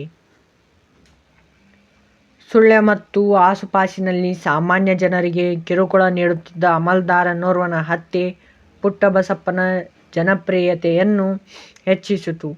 ಇದರಿಂದಾಗಿ ಬಂಡಾಯ ವ್ಯಾಪಕ ಪ್ರಚಾರ ಮತ್ತು ಬೆಂಬಲವನ್ನು ಪಡೆದುಕೊಂಡಿತು. ಹೋರಾಟಗಾರರು ಪುತ್ತೂರಿನಲ್ಲಿ ಬ್ರಿಟಿಷ್ ಸೈನ್ಯವನ್ನು ಎದುರಿಸಿದ್ದರು. ಇವರ ಉದ್ದೇಶವನ್ನು ಮಂಗಳೂರನ್ನು ವಶಪಡಿಸಿಕೊಳ್ಳುವುದಾದುದರಿಂದ ಬ್ರಿಟಿಷರು ಮಂಗಳೂರನ್ನು ರಕ್ಷಿಸುವ ಪ್ರಯತ್ನದಲ್ಲಿ ತಮ್ಮನ್ನು ತೊಡಗಿಸಿಕೊಂಡರು. ಪುತ್ತೂರಿನಿಂದ ಮಂಗಳೂರಿನ ಕಡೆಗೆ ತೆರಳಿದ ಅವರು ಪಾಣೆಮಂಗಳೂರು ಮತ್ತು ಬಂಟ್ವಾಳದಲ್ಲಿ ಕಾರ್ಯಾಚರಣೆಗಳನ್ನು ನಡೆಸಿದರು.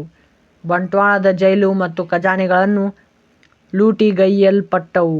ಇದನ್ನು ಹತ್ತಿಕ್ಕಲು ಬ್ರಿಟಿಷರು ಕಣ್ಣಾನೂರು, ತಲ್ಲಿಚೆರೆ ಮತ್ತು ಬಾಂಬೆಯ ಸೈನ್ಯವನ್ನು ಅಪೇಕ್ಷಿಸಿದರು. ಇದನ್ನು ಅರಿತ ಪುಟ್ಟಬಸಪ್ಪ ಮತ್ತು ಆತನ ಸಂಗಡಿಗರು ಸುಳ್ಯಕ್ಕೆ ಪಲಾಯನ ಮಾಡಿದರು. ಬ್ರಿಟಿಷ್ ಸೈನ್ಯ ಕೊಡಗಿನಲ್ಲಿ ಸ್ಥಳೀಯರ ಸಹಕಾರದಿಂದ ಆತನನ್ನು ಮತ್ತು ಆತನ ಸಹಚರರನ್ನು ಸೆರೆಹಿಡಿಯಲಾಯಿತು. ಸೆರೆಸಿಕ್ಕಿದ ಪುಟ್ಟಬಸಪ್ಪ, ಲಕ್ಷ್ಮಪ್ಪ, ಬಂಗರಸ, ಕೆದಂಬಾಡಿ ರಾಮಯ್ಯ ಗೌಡರು ಮತ್ತು ಗುಡ್ಡೇಮನೆ ಅಪ್ಪಯ್ಯ ಇವರುಗಳನ್ನು ಗಲ್ಲಿಗೇರಿಸಲಾಯಿತು. ದಂಗೆ ವಿಫಲವಾದರೂ ಸಮಕಾಲೀನವಾಗಿ ಪ್ರಾಮುಖ್ಯ ಹೊಂದಿತ್ತು ಮತ್ತು ಅದು ಬ್ರಿಟಿಷ್ ವಿರೋಧಿಯಾಗಿತ್ತು ಎಂದು ಹೇಳಬಹುದಾಗಿದೆ.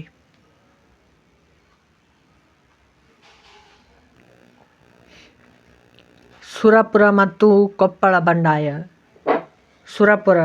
ಸುರಪುರ ಈಗಿನ ಯಾದಗಿರಿ ಜಿಲ್ಲಾ ಕೇಂದ್ರದಿಂದ ಸುಮಾರು 50 ಕಿಲೋಮೀಟರ್ ದೂರದಲ್ಲಿದೆ. ಮೊಘಲರ ಚಕ್ರವರ್ತಿ ಔರಂಗಜೇಬನ ಕಾಲದಿಂದಲೂ ಇದು ಪ್ರಾಮುಖ್ಯವನ್ನು ಪಡೆದಿತ್ತು. ನಿಜಾಮ ಮತ್ತು ಮರಾಠರ ಪೇಶ್ವೆಗಳ ಕಾಲದಲ್ಲಿ ಇದು ಒಂದು ಸಾಮಂತ ರಾಜ್ಯವಾಗಿ ಪರಿಣಮಿಸಿತು. ಕಾಲಾನಂತರ ಭೌಗೋಳಿಕ ಪ್ರದೇಶಗಳ ಮೇಲಿನ ಹತೋಟಿಯು ಕುಸಿದು ಕೇವಲ ಸೀಮಿತ ಭೌಗೋಳಿಕ ಪ್ರದೇಶದ ಮೇಲೆ ತನ್ನ ರಾಜಕೀಯ ಸ್ವಾಮ್ಯವನ್ನು ಇದು ಪಡೆದುಕೊಂಡಿತು. ವೆಂಕಟಪ್ಪ ನಾಯಕನ ಕಾಲದಲ್ಲಿ ಸುರಪುರ ಬ್ರಿಟಿಷ್ ವಿರೋಧಿ ಬಂಡಾಯದ ಕಿಚ್ಚನ್ನು ಗಳಿಸಿಕೊಂಡಿತು. ವೆಂಕಟಪ್ಪ ನಾಯಕ ತನ್ನ ತಂದೆ ಕೃಷ್ಣ ನಾಯಕನ ಮರಣಾನಂತರ ಈತನು ಪಟ್ಟಕ್ಕೆ ಬಂದಿದ್ದನು. 1834ರಲ್ಲಿ ಜನಿಸಿದ ಇವನು ತನ್ನ ಅಪ್ರಾಪ್ತ ವಯಸ್ಸಿಗೆ ಪಟ್ಟಕ್ಕೆ ಬಂದನು. ಆದರೆ ಕೃಷ್ಣಪ್ಪ ನಾಯಕನ ಸೋದರನಾಗಿದ್ದ ಪೆದ್ದ ನಾಯಕ ಎಂಬುವನ ತಗಾದೆ ಮಾಡಲಾಗಿ ಸುರಪುರದ ಆಂತರಿಕ ರಾಜಕೀಯ ಚಟುವಟಿಕೆಗಳು ಶೋಭೆಗೊಂಡವು. ಬ್ರಿಟಿಷರು ಇದರ ಸಂಬಂಧ ಆಸಕ್ತಿ ವಹಿಸಿದರು. 1842ರಲ್ಲಿ ಬ್ರಿಟಿಷರು ಮೆಡೋಸ್ ಟೇಲರ್ ಎಂಬುವನನ್ನು ಪೊಲಿಟಿಕಲ್ ಏಜೆಂಟನನ್ನಾಗಿ ನೇಮಿಸಿ ಸಂಸ್ಥಾನದ ಮೇಲೆ ತಮ್ಮ ಪರೋಕ್ಷ ಹತೋಟಿಯನ್ನು ಸ್ಥಾಪಿಸಿದರು. ಟೇಲರ್ ಸುಧಾರಣಾವಾದಿಯೂ ಆಗಿದ್ದನು. ಸುರಪುರ ಸಂಸ್ಥಾನವನ್ನು ಅಭಿವೃದ್ಧಿಪಡಿಸಿದನು. ಪೆದ್ದ ನಾಯಕನನ್ನು ಸಂಸ್ಥಾನದ ದಿವಾನನನ್ನಾಗಿ ನೇಮಿಸಿದನು. ಸಂಸ್ಥಾನದಾದ್ಯಂತ ಭೂ ಸಮೀಕ್ಷೆ ಮಾಡಿಸಿದನು. ಸಂಸ್ಥಾನದ ಆದಾಯ ಹೆಚ್ಚಲು ಈತನು ಅನುಸರಿಸಿದ ನೀತಿಗಳೇ ಕಾರಣಗಳಾಗಿವೆ. ವೆಂಕಟಪ್ಪ ನಾಯಕನಿಗೆ ಸೂಕ್ತವಾದ ಶಿಕ್ಷಣವನ್ನು ಕೊಡಿಸುವ ವ್ಯವಸ್ಥೆಗಳನ್ನು ಕಲ್ಪಿಸಿಕೊಟ್ಟನು. 1853ರಲ್ಲಿ ವೆಂಕಟಪ್ಪ ನಾಯಕ ಅಧಿಕಾರಕ್ಕೆ ಬಂದನು. ಬ್ರಿಟಿಷ್ ಸರ್ಕಾರವು ಸುರಪುರದ ಬೆಳವಣಿಗೆಗಳನ್ನು ಸೂಕ್ಷ್ಮವಾಗಿ ಅವಲೋಕಿಸುತ್ತಿತ್ತು. 1857ರಲ್ಲಿ ಪ್ರಾರಂಭದ ಹೋರಾಟದಲ್ಲಿನ ನಾನಾ ಸಾಹೇಬನ ಪ್ರತಿನಿಧಿಗಳು ಸುರಪುರದಲ್ಲಿದ್ದಾರೆ ಎಂಬ ಪುಕಾರು ಕಂಡುಬಂದಿತು. ಇದರಿಂದಾಗಿ ಬ್ರಿಟಿಷರು ರಾಜನನ್ನು ಸಂಶಯದಿಂದ ಕಾಣುವಂತಾಯಿತು. ರಾಜನ ಅವಧಿಯಲ್ಲಿನ ಆಡಳಿತದ ಬಗ್ಗೆ ವರದಿ ನೀಡಲು ಬ್ರಿಟಿಷ್ ಸರ್ಕಾರ ಕ್ಯಾಂಪ್ಬೆಲ್ ಎಂಬ ಅಧಿಕಾರಿಯನ್ನು ನೇಮಿಸಿತು. ಇವನು ರಾಜನು ಆಡಳಿತ ದುರ್ವ್ಯವಹಾರಗಳಲ್ಲಿ ನಿರತನಾಗಿದ್ದಾನೆ ಎಂಬ ಅಂಶವನ್ನು ವರದಿಯಲ್ಲಿ ಕಾಣಿಸಿ ಹೈದರಾಬಾದ್ನ ರೆಸಿಡೆಂಟ್ಗೆ ಸಲ್ಲಿಸಿದನು. ವೆಂಕಟಪ್ಪ ನಾಯಕನನ್ನು ಸಾಮಾನ್ಯವಾಗಿ ಕರ್ನಾಟಕದ ಚರಿತ್ರೆಯಲ್ಲೇ 1857ರ ಕ್ರಾಂತಿಯ ನಾಯಕನೆಂದು ಇತಿಹಾಸಕಾರರು ವರ್ಣಿಸಿದ್ದಾರೆ. 1858ರಲ್ಲಿ ಬ್ರಿಟಿಷ್ ಸೈನ್ಯ ಸುರಪುರವನ್ನು ಆಕ್ರಮಿಸಿತು. ಯುದ್ಧ ಮುಂದುವರಿಯಿತು. ಬ್ರಿಟಿಷರು ಸುರಪುರ ಕೋಟೆಯನ್ನು ವಶಪಡಿಸಿಕೊಂಡರು. ವೆಂಕಟಪ್ಪ ನಾಯಕನ ಅಂತ್ಯಕ್ಕೆ ಸಂಬಂಧಿಸಿದಂತೆ ಅನೇಕ ಗೊಂದಲಗಳಿವೆ. ಕೊಪ್ಪಳದ ವೀರಪ್ಪ. ಬ್ರಿಟಿಷ್ ವಿರೋಧಿ ಚಳವಳಿ, ಸಶಸ್ತ್ರ ಬಂಡಾಯ ಮತ್ತು ದಂಗೆಗಳಲ್ಲಿ ಕೊಪ್ಪಳದಲ್ಲಿನ ದಂಗೆಯೂ ಸಹ ಪ್ರಮುಖವಾಗಿದೆ. ಕೊಪ್ಪಳ ಮತ್ತು ಸನಿಹದ ಭೌಗೋಳಿಕ ಪ್ರದೇಶಗಳು ಹೈದರಾಬಾದ್ ನಿಜಾಮನ ಆಡಳಿತ ನಿಯಂತ್ರಣಕ್ಕೆ ಒಳಪಟ್ಟಿದ್ದರೂ ದೌರ್ಜನ್ಯ ಕಂಡುಬಂದಿತ್ತು.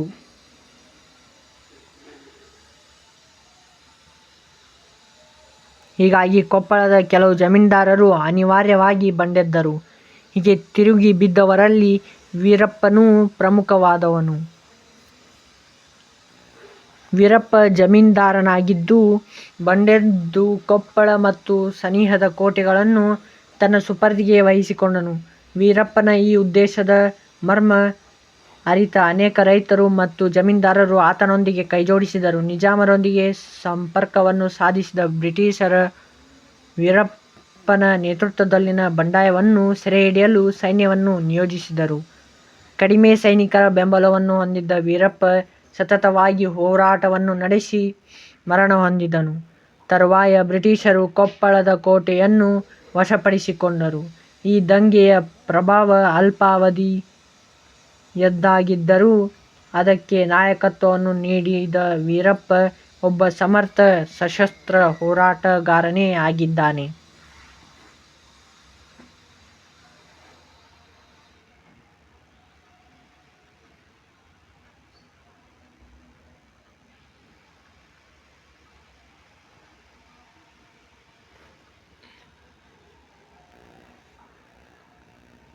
ಹಲಗಲಿಯ ಬೇಡರ ದಂಗೆ. ಬಾಗಲಕೋಟೆ ಜಿಲ್ಲೆ ಮುಧೋಳ ತಾಲೂಕಿನಲ್ಲಿ ಹಲಗಲಿ ಎಂಬುದು ಒಂದು ಪುಟ್ಟ ಗ್ರಾಮ. ಹಿಂದೆ ಇದು ಮುಧೋಳ ಸಂಸ್ಥಾನದ ಆಳ್ವಿಕೆಗೆ ಒಳಪಟ್ಟಿತ್ತು. 1857ರ ಬಂಡಾಯದ ಸಂದರ್ಭದಲ್ಲಿ ಬ್ರಿಟಿಷರು ತಮ್ಮ ಆಳ್ವಿಕೆಯ ಪ್ರದೇಶದಲ್ಲಿ ಶಸ್ತ್ರಗಳ ಬಳಕೆಯನ್ನು ನಿರ್ಬಂಧಿಸಿ ಕಾನೂನೊಂದನ್ನು ಜಾರಿಗೆ ತಂದರು. ಇದನ್ನು ಹಲಗಲಿಗೂ ಸಹ ಅನ್ವಯಿಸಲಾಯಿತು. ಹಲಗಲಿಯ ಬೇಡರು ತಲೆತಲಾಂತರಗಳಿಂದ ಬೇಟೆಯಾಡುವ ಉದ್ದೇಶಕ್ಕೆ ಮುಕ್ತವಾಗಿ ಬಳಸುತ್ತಿದ್ದ ಬಂದೂಕುಗಳನ್ನು ಬ್ರಿಟಿಷರಿಗೆ ಒಪ್ಪಿಸಲು ಸಿದ್ಧರಿರಲಿಲ್ಲ.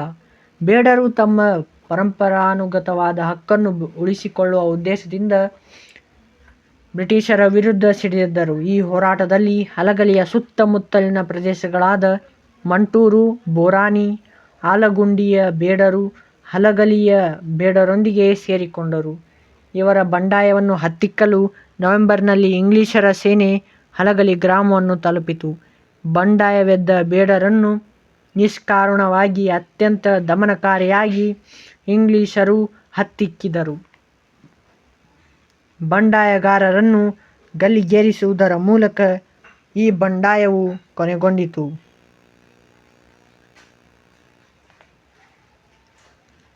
ಧನ್ಯವಾದಗಳು.